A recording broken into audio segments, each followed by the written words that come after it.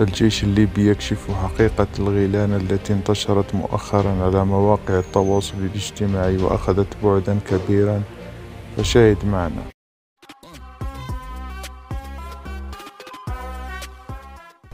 أثارت قضية ما يسمى بالغيلان في مدينة درنا الليبية بعد الإعصار المدمر شغفا وهلعا كبيرا على مواقع التواصل الاجتماعي، بل وصل الحدث ببعضهم إلى ربط الحادثة بأحاديث نبوية شريفة.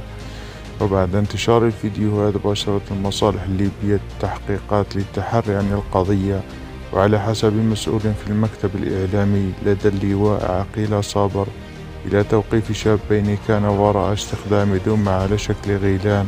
وقد صرح الموقفين بأنهما يقومان بإشعال النار أمام الدمى في الظلام وإضافة صوت مخيف، ثم يقومان بتصويرهما عن بعد لإظهار الأمر كأنه حقيقي بهدف نشر الرعب والهلع بين سكان المدينة.